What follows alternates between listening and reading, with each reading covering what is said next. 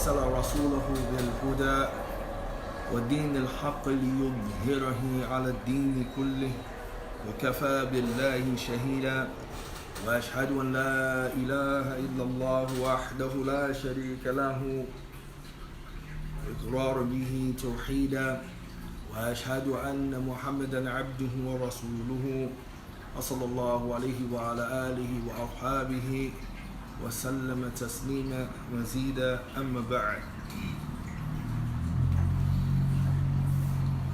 Brothers and sisters, by the permission of Allah Jalla wa Ala, today's talk, inshallah, will be dealing with the issue dealing with al-muhabba. Al-muhabba is love. Love is the greatest form of worship. أعظم ibadah. Wa anwa' ibadah, it is the greatest form of worship. However, love is greatly misunderstood. And when we're talking about muhabba here, we're talking about love in relation to Allah subhanahu wa ta'ala. We're not just talking about love between a man and a woman, love between a parent and a child, love between family members. We're talking about love in connection with the Creator. Okay? We're going to learn in this talk, bi'idhnillah, that love is divided into 4 categories when it comes to dealing with Allah subhanahu wa ta'ala. And unfortunately enough, all of us, if we are those from the praying Muslims, if we pray 5 times a day, then over 17 times we recite a tremendous surah which is known as Kitab, the mother of the book. And in that particular surah, this is where we'll be coming from a tremendous treatise that was authored by Sheikh Muhammad Abdul Wahhab rahmatullah ta'ala alayh, where he did something called Ba'd al-Fawaid min Surah al-Fatiha. Some of the fawaid or benefits that can be extracted from the mother of the book, which is known as Al-Fatiha, the opening book. We're going to be using the commentary of Sheikh Salih Al-Fawzan hafidhahullah, but we're going to touch only on the issue of muhabba in this talk, bi'idhnillahi ta'ala. So the Sheikh Muhammad Wahhab rahmatullah ta'ala alayh, he says that he mentioned that the first ayat that comes in the first ayat that comes in Surah Al-Fatiha, it contains within it al-muhabba, and we should all know the first ayat, which is alhamdulillahi rabbil alameen. The first ayat, not the basmalah, even though there are some discrepancies amongst the ulama of the past dealing with the basmalah being a part of the Fatiha or not. This is not that time for that talk. That's for another talk entirely. So the first ayah contains in it al-muhabba, love. And that is because, the Shaykh continues, Allah subhanahu wa ta'ala is the mun'am. Allah is the one who grants favors. Allah is the one who confers blessings. Allah subhanahu wa ta'ala is the one who bestows blessings on others. Alright? وَالْمُنْعَمْ يُحَبَّ عَلَى قَدْرِ إِنْعَامِهِ. And it's understood that the one who gives others favors, the one who's give other or bestow blessings upon others, is the one is loved to the extent of his giving. Okay? Long as a person is giving you something, long as a person is blessing you with something, long as a person is conferring a favor upon you, your love for that particular person grows. Your love for that person grows. And depending upon how often that person give you these favors or confer this blessing upon you, then that's the extent or the amount of your love for that thing. But Allah subhanahu wa ta'ala is the mun'am. He is the one who gives all favors. He is the one who gives all blessings. So it necessitates that we have love for Him. But love, when it comes to Allah Azza wa Jal, must contain certain things. It's not a simple love like you have an earthly love that you have for your spouse or your children, etc., etc.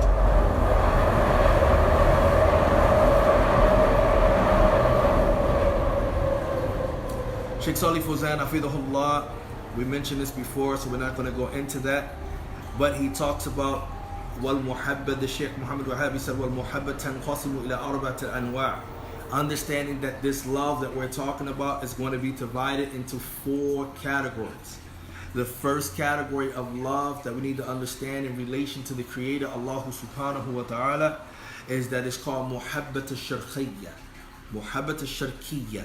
Okay, this is love which contains or consists in it a shirk. Okay, this is love that contains or have inside it a shirk, muhabbat al-shirkiyya.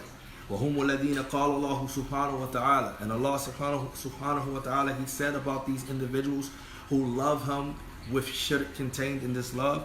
Allah said, وَمِنَ النَّاسِ مَنْ يَتَّخِذُ مِن دُونِ اللَّهِ أَنْدَادًا يُحِبُّونَهُمْ كَحُبِّ اللَّهِ.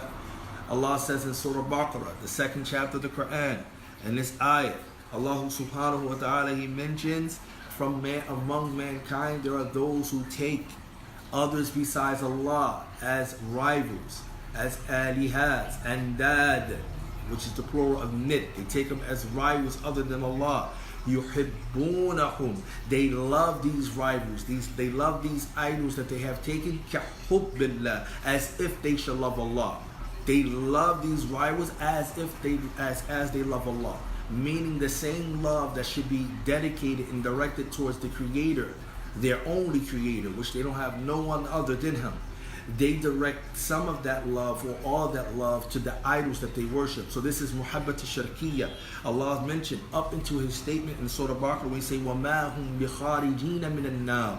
The people who does this type of shirkiyya with their love and relations to Allah, Allah has a place for them which is called an-nar, the fire, the blazing fire. Allah subhanahu wa ta'ala said, وَمَا هُمْ بِخَارِجِينَ مِنَ النَّارِ. They will not be taken out of the fire. They will not be able to come out of the fire. They're going to remain in it forever, for eternity. There will be no ending. This is the recompense or the consequences for loving anything other than Allah that you worship besides Allah, which is prohibited, now become the love of shirk.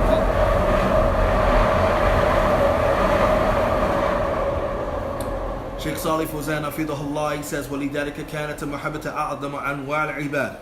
For that reason we see that love is the greatest form of worship. Alhamdulillahi Rabbil Alameen. So saying the statement Alhamdulillahi Rabbil Alameen tadamman muhabba, it comprises or it consists of love. Just saying the statement, the jumla, this most beneficial statement that you can ever say, Alhamdulillahi Rabbil Alameen. The Messenger of Allah sallallahu alaihi wasallam, he saw an individual, he saw a companion in the masjid. He told the companion that, Rally, I'm going to teach you the greatest surah in the Quran. Before you leave, I'm going to teach you the greatest surah in the Quran. The companion, he reminded the Messenger of Allah sallallahu alaihi wasallam before he exited the masjid. He said, Rally, you were going to teach me the greatest surah in the Quran. The Prophet sallallahu alaihi wasallam responded and said, Alhamdulillahi Rabbil Alameen, to the end, meaning al-surah al-Fatiha, which is the greatest surah in the Quran. Al-Fatiha, which is a dua in and of itself. You should train your tongue to always say Alhamdulillahi Rabbil Alameen. When you tell yourself Alhamdulillahi Rabbil Alameen, it generates a mandatory type of love that you must have for the Creator. When you say Alhamdulillah, that have benefits in it too. But it's not so much complete when you say Alhamdulillahi Rabbil Alameen. Because when you add the Rabbil Alameen, you are adding the fact that Allah is the only one in control. Allah is the only one who has rule or dominion over everything. That nothing escapes His knowledge, that nothing escapes His power, that nothing can escape His grasp, that nothing can escape His punishment, that nothing can escape His wrath. And Allah subhanahu wa ta'ala will not allow any of His servants to be subjected to any humiliation, to be subjected to any trial, unless Allah subhanahu wa ta'ala wishes by way of that, or will by way of that, to raise the rank of His servant, to expiate some sins that His servant, or some things which His servant have neglected from the commands that Allah subhanahu wa ta'ala has commanded that servant to do. Alhamdulillahi Rabbil Alameen. You say it. Alhamdulillahi Rabbil Alameen. You teach it to your children to say it. Alhamdulillahi Alhamdulillahi Rabbil Alameen. You teach it to your loved ones to say Alhamdulillahi Rabbil Alameen. When you're feeling down, I want you to say Alhamdulillahi Rabbil Alameen. When you are feeling like the world is just moving, it's just moving too much, you can't move about, you feel shaky, you just can't find your centerpiece, you say Alhamdulillahi Rabbil Alameen, and you think about all of the favors which Allah subhanahu wa ta'ala have conferred upon you. You take it to yourself because He's Al-Mun'am, and if He's the Mun'am, then He should be yuhabba ala qadra in'amihi. He should be loved to the extent of His spending or giving and placing upon you His blessings, and you can never be able to enumerate them. This is why it's not allowed to remain depressed. He says here, أَنَّ مُحَبَّ عَلَى أَرْبَةِ أَنْوَاعٍ, that this love is divided into 4 categories. And the Shaykh, he mentioned محبة الشركية. He said, وَهِيَ مَحَبَّةِ أَصْنَامُ وَأَوْثَانِ وَكُلَّ مَا يُعْبَدُ مِن دُونِ اللَّهِ. And this is the love that people have for idols. The people have for things that they worship other than Allah subhanahu wa ta'ala. And we cannot be fooled by the permission of Allah subhanahu wa ta'ala loving anything. Just imagine how you feel. Just imagine how a parent feels when a child that's been reared and raised up have came from the mother, have came from the womb of the mother, have came from the seed of the father, has been raised up in their household, and they end up loving someone as they should love the parents. Or they not loving the parents justifiable. You understand? Or the way that they deserve to be loved. They feel some type of way. Just imagine a person who's in love with another person, and they supposed to be spouses, and they supposed to be in love, but that other person is in love with someone else or does not return that love back properly. How do you feel? Now this is the creator of all of mankind, creator of all of everything that exists. When you take the love that you're supposed to have for Him, Alhamdulillahi Rabbil Alameen, and you direct that love to someone other than Allah subhanahu wa ta'ala, how will Allah subhanahu wa ta'ala feel? How will Allah subhanahu wa ta'ala feel about that? Allah said, وَمَا هُمْ بِخَارِجِينَ مِنَ النَّارِ. Allah is not going to take them out the fire. Allah is not going to remove them out the fire. You want to take your love and misplace it from the Creator to something else? Then we have something for you. Allah is going to pitch your seat and your abode and your destination in the hellfire for eternity. Pay attention now. This is serious. He says, and He gives us the complete verse. Here, some of the complete verse, when we mentioned before, from among mankind there are those who takes besides Allah awliyas or rivals, and they love them as they shall love Allah. وَالَّذِينَ آمَنُوا أَشَدُّ حُبًّا لِلَّهِ. Now look, Allah make a distinction. And those who believe in Allah subhanahu wa ta'ala, they love Allah. أَشَدُّ حُبًّا لِلَّهِ. Their love is so intense. Talking about loving romantically, earthly, that's nothing. Their love for the Creator is so intense. And when loving Allah subhanahu wa ta'ala, then it is following His commands and stay away from His prohibition. It is following the wahi that He sent down with His messengers. It is also following the Messenger sallallahu alaihi wasallam himself. قُلْ إِن كُنتُمْ تُحِبُّونَ اللَّهِ فَاتَّبِعُونِي يُحْبِبُكُمُ اللَّهُ وَيَغْفِرْ لَكُمْ ذُنُوبُكُمْ وَاللَّهُ غَفُورٌ رَحِيمٌ. Say to them, O Muhammad, if you truly love Allah, not with your lip profession, not what you're saying out your mouth, then فَاتَّبِعُونِي, then you will follow my sunnah. Meaning when I am alive, you follow me. When I am gone, you follow my authenticated sunnah. يُحْبِبُكُمُ اللَّهُ. This is a sharat. This is a condition that in order for you to get Allah to love you, you must follow the Messenger of Allah sallallahu alaihi wasallam. Yuhibbukumullah. Allah said yuhibbukumullah, meaning Allah will love you in return. Allah will love you in return. And not only that, He will forgive you of your sins, which you have many that Allah subhanahu wa ta'ala overlook and pardon. Wallahu ghafurur rahim. Allah Jalla wa Ala is the all-forgiving, He is the most merciful. This is the understanding that loving Allah subhanahu wa ta'ala is not about what you say. Loving Allah is about what you do. You understand the difference? It's an action. You cannot say I love Allah and then you worship other than Allah. You cannot say I love Allah and you do not pray to Allah. You cannot say I love Allah and you do not make dua to Allah. You cannot say I love Allah but do not follow the Prophet Muhammad sallallahu alaihi wasallam. You cannot say I love Allah and I don't believe in all of the messengers to come. You cannot say I love Allah but I don't follow the Quran. La. You love Allah, it must be based off your actions. Allah subhanahu wa ta'ala is going to look at your qalb And he's going to look at your niyat. He's going to look at your a'mal, your actions. He's not going to look at what you wear. He's not going to look at your fashion. He's not going to look at your appearance. He's not going to look at etc. Not your body, not what you eat. He's going to look at your qalb, and he's going to look at your actions. You say you love Allah, then show it. It's clear. Then show it. He says here, وَالَّذِينَ آمَنُوا وَشَدُّ حُبًّا لِلَّهِ. May Allah make us of those who love Allah hubban. Do we really love Allah hubban? Ashaddu hubb. Do we have ashaddu hubb when it comes to Allah subhanahu wa ta'ala? Then how are we when it comes to His commands? Are we negligent in regards to His commands?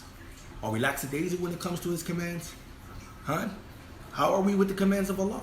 Allah subhanahu wa ta'ala tells us to do something. How often and how energetic, how eager are we able to carry out His commands? Do we love carrying out His commands? The Shaykh, he commented on the believers. He says, لِأَنَّ مُحَبَّتُهُمْ مُحَبَّةُ التَّوْحِيدِ وَالْإِخْلَاصِ. He said, because the love of the believers consists of two things. It is the love of at-tawheed, of Allah's singularity. That everything that is exclusive for Allah subhanahu wa ta'ala is supposed to be for Allah subhanahu wa ta'ala, and no one else get a share. They love that. They love that Allah subhanahu wa ta'ala is unique. They love that Allah subhanahu wa ta'ala is the only ilah. They love that Allah subhanahu wa ta'ala is the only one can remove their burdens. They love that Allah subhanahu wa ta'ala is the only one that can help them. They love this. They don't need to worship someone else along with Allah. They don't need an angel to come along with Allah. They don't need a messenger or prophet to come along with Allah. They don't need any righteous beings to come along with Allah. They believe and love only in Allah. They love in His rububiyyah, His lordship, His true dominion over the earth, His true rububiyyah, His true servitude, His true lordship that He have, His divinity. They love Allah subhanahu wa ta'ala to worship Him. They love ta'ah, obedience. وَلَكِنَّ اللَّهَ حَبَّبَ إِلَيْكُمُ الْإِيمَانَ وَزَيَّنَهُ فِي قُلُوبِكُمْ. Allah said, however, He has made this iman more endearing to your hearts, and He have beautified and adorned it within it. وَكَرَّهَ إِلَيْكُمُ الْكُفْرَ وَالْفُسُوقَ وَالْإِسْيَانَ. And the opposite holds true, that He have made most detested and most abhorrent to your heart kufr, disbelief and ungratefulness to Allah subhanahu wa ta'ala in all of His many manifestations, as well as fusuq, fist, and all types of His many manifestations, as well as isyan, disobedience. This is the believer. This is the heart of the believer. He has two things. Iman is more beloved to him. It is beautified to him. And that kufr, fisq, and isyan, disobedience, is disliked to him. This is the heart and the state of the believer. We must get to this point, inshaAllah ta'ala. And then the Shaykh, he says, an-nur ath-thani.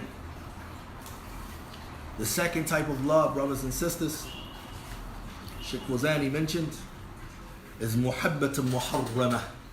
It is the impermissible type of love. وهي محبة ما يبغض الله سبحانه وتعالى من منعات ومنهيات ومحرمات ومن ذلك محبة المشركين ومحبة الكفار. And this is that type of love, that a person loves something. It is the love that which Allah hates or abhors or detests or dislike. Okay? Whether it's from those things which Allah has prohibited, whether it's from those things which Allah subhanahu wa ta'ala has censored, whether it's for those things which Allah subhanahu wa ta'ala has made to stay away from. Okay? All of those things which Allah subhanahu wa ta'ala disliked. And this is from the love of the polytheists, as well as the love of the kuffar. These individuals, they love things which Allah dislikes. Think about that. How many of us love something that we know that Allah does not like? Huh? The Messenger of Allah sallallahu alaihi wasallam is reported to have said, whoever love for Allah, hate for Allah, give for Allah, withhold for Allah, have kamalu iman. He has completed his or her iman. Their iman is perfected. Pay attention to the hadith. I will repeat it again. Whoever loves for Allah, hates for Allah, gives for Allah, and withholds for Allah has completed his or her iman. Loving for Allah is loving what Allah loves. You understand? And what He is pleased with.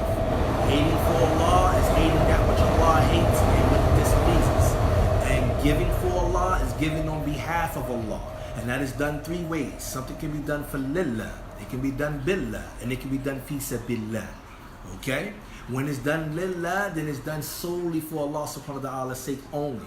When it's done billah, then it's done by the way of Allah subhanahu wa ta'ala. And when it's done fi sabilillah, then it's done in the cause of Allah subhanahu wa ta'ala. Then withholding for Allah, meaning that you do not give. You withhold back because Allah subhanahu wa ta'ala will not like that you extend or that you give yourself in terms. You withhold back from doing those things which Allah has prohibited you from. This is how you reach a state of complete iman, loving for Allah, giving, holding, hating for Allah, giving for Allah, withholding for Allah. So this muharrama, this type of love that we experience within our lives, just think about it. How many individuals or things that you have loved throughout your life that you knew that was harmful for you, that you knew that the Creator was not pleased with that thing, but yet and still, because of your own earthly desires, because you cleansed to the earth, you still love that thing.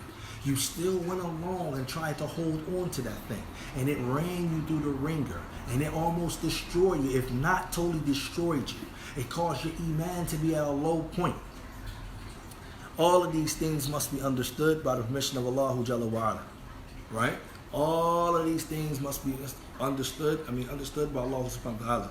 Loving for Allah, hating for Allah, giving for Allah, withholding for Allah. You must make sure that whatever you love, whether it's a human being, whether it's something, then make sure that Allah doesn't dislike it. Please make sure that Allah doesn't dislike it. The brother got a nice beard.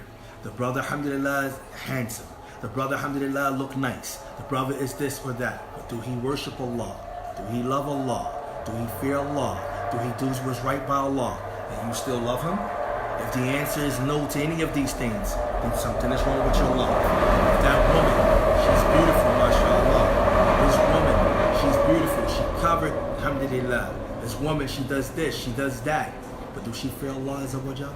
Does she guard her prayers? Does she guard her chastity? Does she guard what she needs to in the absence of her husband? If the answer is no to all of these questions, then you need to question your love. Muharramat, loving that which Allah dislikes. This is where the most problems come from. We as human beings need to stop ourselves from thinking we know better for ourselves when we truly and actually do not. You do not know what's best for yourself. I don't care who you are, I don't care how old you are, I don't care what experience you have, I don't care what degrees you have acquired, I don't care what status that you have. You do not know what's best for yourself. If that was the case, Allah would never send any wahi, no revelation. Allah would never send any messengers. Allah would have never sent down anything if He would have just left you to your own intellect, because that would have been better for you. No, Allah knew you didn't know. So Allah sent down wahi. Allah sent down revelation. Allah sent messengers. Allah sent kutub. He sent books to tell you about you. You understand? This is why we need Allah subhanahu wa ta'ala. Okay? We need Allah subhanahu wa ta'ala. And Allah will tell us what to love. Your problem is that you have taken attraction to mean love. You took infatuation to mean love. You took all of this lust to mean love. That's not love. Love has to grow. I don't know why nobody understands this. Love has to grow. There's no love romantically at first sight. If you're talking about you love a person at first sight, you're lying. You can say you love your child at first sight. I can understand that. But when you say you love romantically another human being at first sight and you don't know that human being, it's not. We can't even love Allah without knowing it. Allah Jalla wa Ala told Muhammad sallallahu alaihi wasallam, "Fa'alam annahu la ilaha illallah wastaghfiru li dhanbik." Al-ayah. Allah said, "No, first have knowledge first, O Muhammad sallallahu alaihi wasallam, that none has the right to be worshipped except Allah alone. Then you can seek forgiveness." Imam Bukhari, Abu Abdullah, he says what? Muhammad ibn Ismail, he mentioned a beautiful point from this. He said, "Al-ilmu qabla qawli wal amal," based off this verse, that knowledge precedes speech and actions. Muhammad sallallahu alaihi wasallam couldn't even make istighfar. He could not even seek forgiveness from Allah until Allah told him to know that none has the right to worship Allah. So if you can't love Allah without knowing Allah, how are you going to love another human being without knowing who that person is? Then you get involved with the person, and then you find all types of stuff. And then it's toxic, and then it's this, and then it's that. And then you now start to admit it was the eye of attraction. It was infatuation. It was lust. It was your desires. And sometimes you deserve that because you did not take your time out to love according to what Allah loves. How you gonna go out and go get somebody that's in the streets? I don't get it.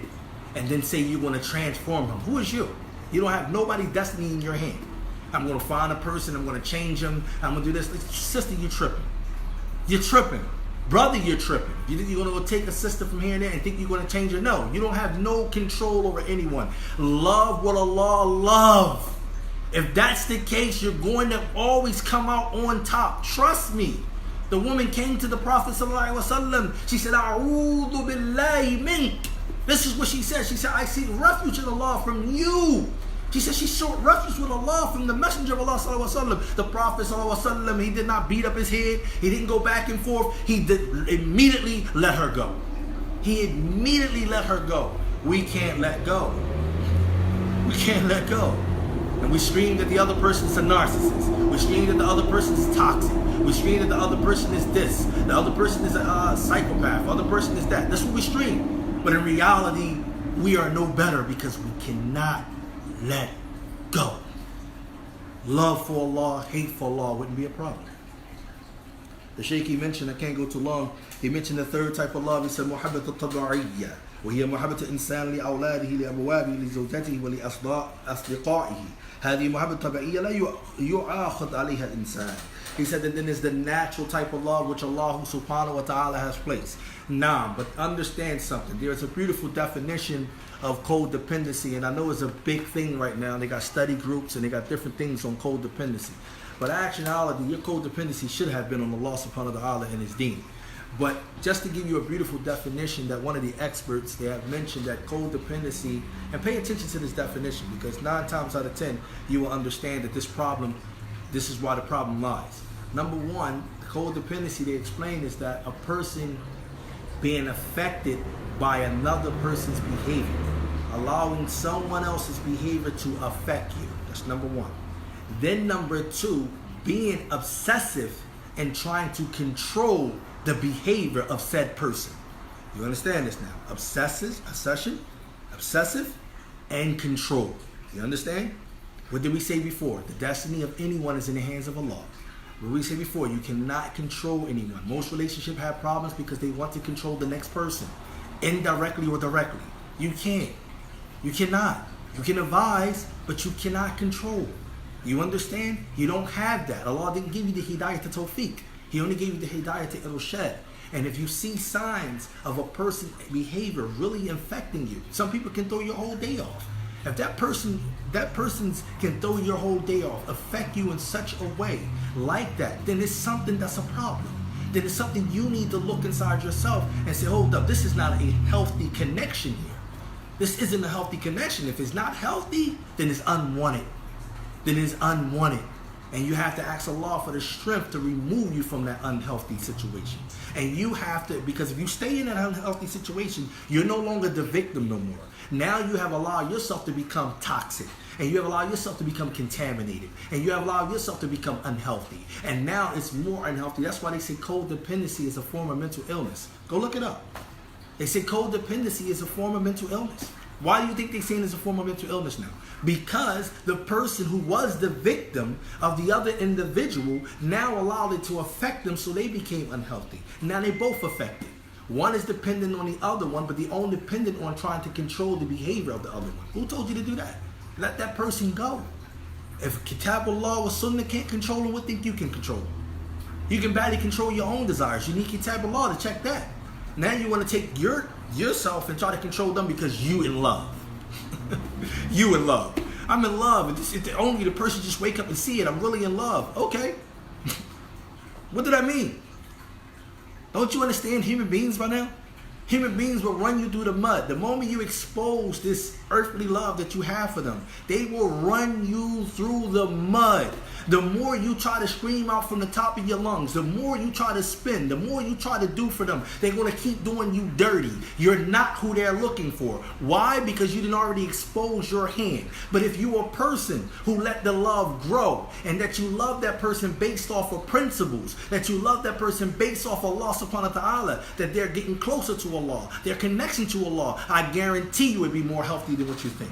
I guarantee you it wouldn't be a problem for you to say, okay, exit. You exit. If it's time to exit, you are, because it's based on the love of Allah Azza wa Jalla. He said that this third type is a natural love. Allah placed natural love in the hearts of both men and women. And He placed it in front of our children. He placed it for our loved ones, our parents, our grandparents. He placed it for our relatives. He placed it for our spouses. He placed it for our friends. This is a natural love. Okay, but that love in itself can become contaminated too. Now we're just talking about the act of love in and of itself here. The natural love is that you naturally want to love these people that are close to you. That's natural. This is tabi'iyya, okay? Tabi'iyya. This is natural. This is not something that you will be brought account for because you love your friend, or you love your spouse, or you love your kids, or you love your grandmother, or you love your grandparents, or you love your parents. It's nothing you're going to be brought account to Allah for that. This is something that Allah has placed inside of you. All right? So this is clear. The problem now is when you can't maintain that love on a healthy projection, okay? A healthy balance. Tayyib, he says, النوع الرابع.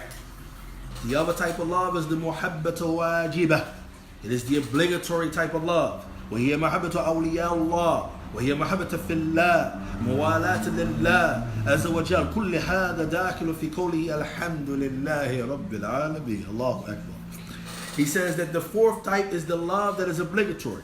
It is the love that you must be obligated to love those who are the awliya of Allah subhanahu wa ta'ala.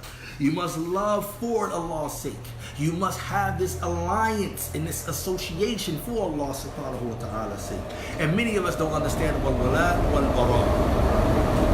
I'll give you a perfect example. It's funny, right? Because when the Talaqatul Usul hit, all of the students, and may Allah reward them, was teaching it. And all of us have sat in the class of Talaqatul Usul once in our lifetime. We all then probably went over it. Some of us even tried to memorize it. Some of us even have memorized it and something like that. But you forget in the very beginning of the introduction of Muhammad Wahab, he laid down some certain groundwork that your heart must have. And he gave certain ayats for it. That if you look at it, many of us have homosexuals as our friends.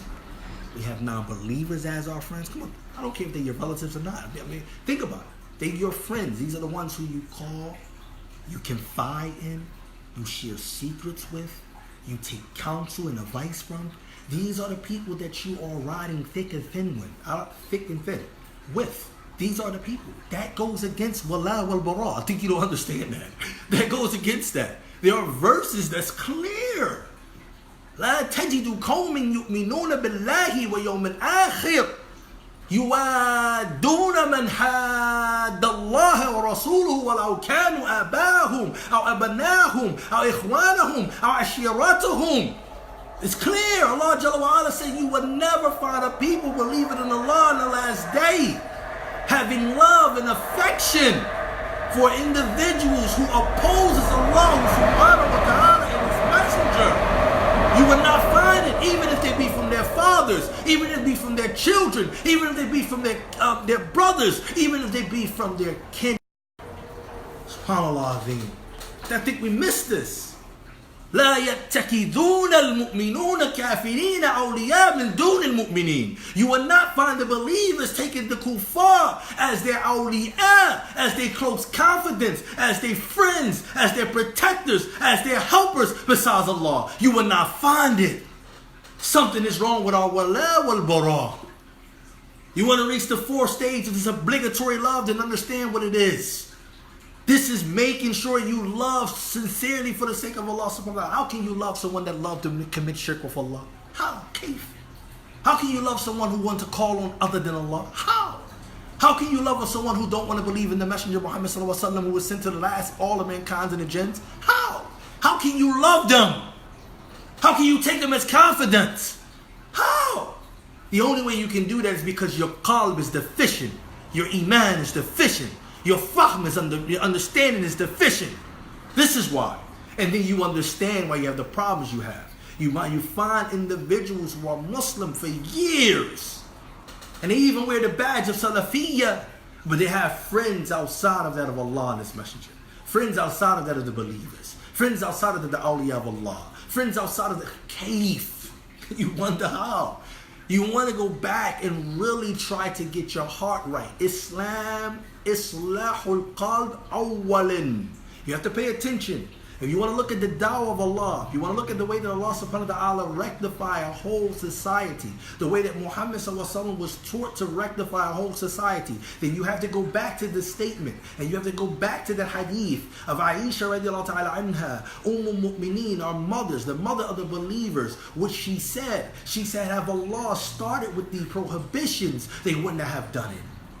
But Allah Jalla wa'ala did not start off with the prohibitions. He mentioned the prohibition of Qamr. He talked about Qamr in 3 stages. And the third stage, in the third verse, which is in Surah Ma'idah, they're all in different surahs, by the way. One is in Surah Baqarah, one is in Surah An-Nisa, and then the other one is in Surah Al-Ma'idah, which is the 5th surah. Allah Jalla wa'ala then prohibited, فَهَلْ أَنْتُمْ مُنْتَهُونَ, do it now would you cease and desist from it. But he did not start from it, because Allah, if you look at Juz Amma, if you look at the Prophet ﷺ dawah in Mecca, you understand that his dawah was the dawah of Islahul Qalb.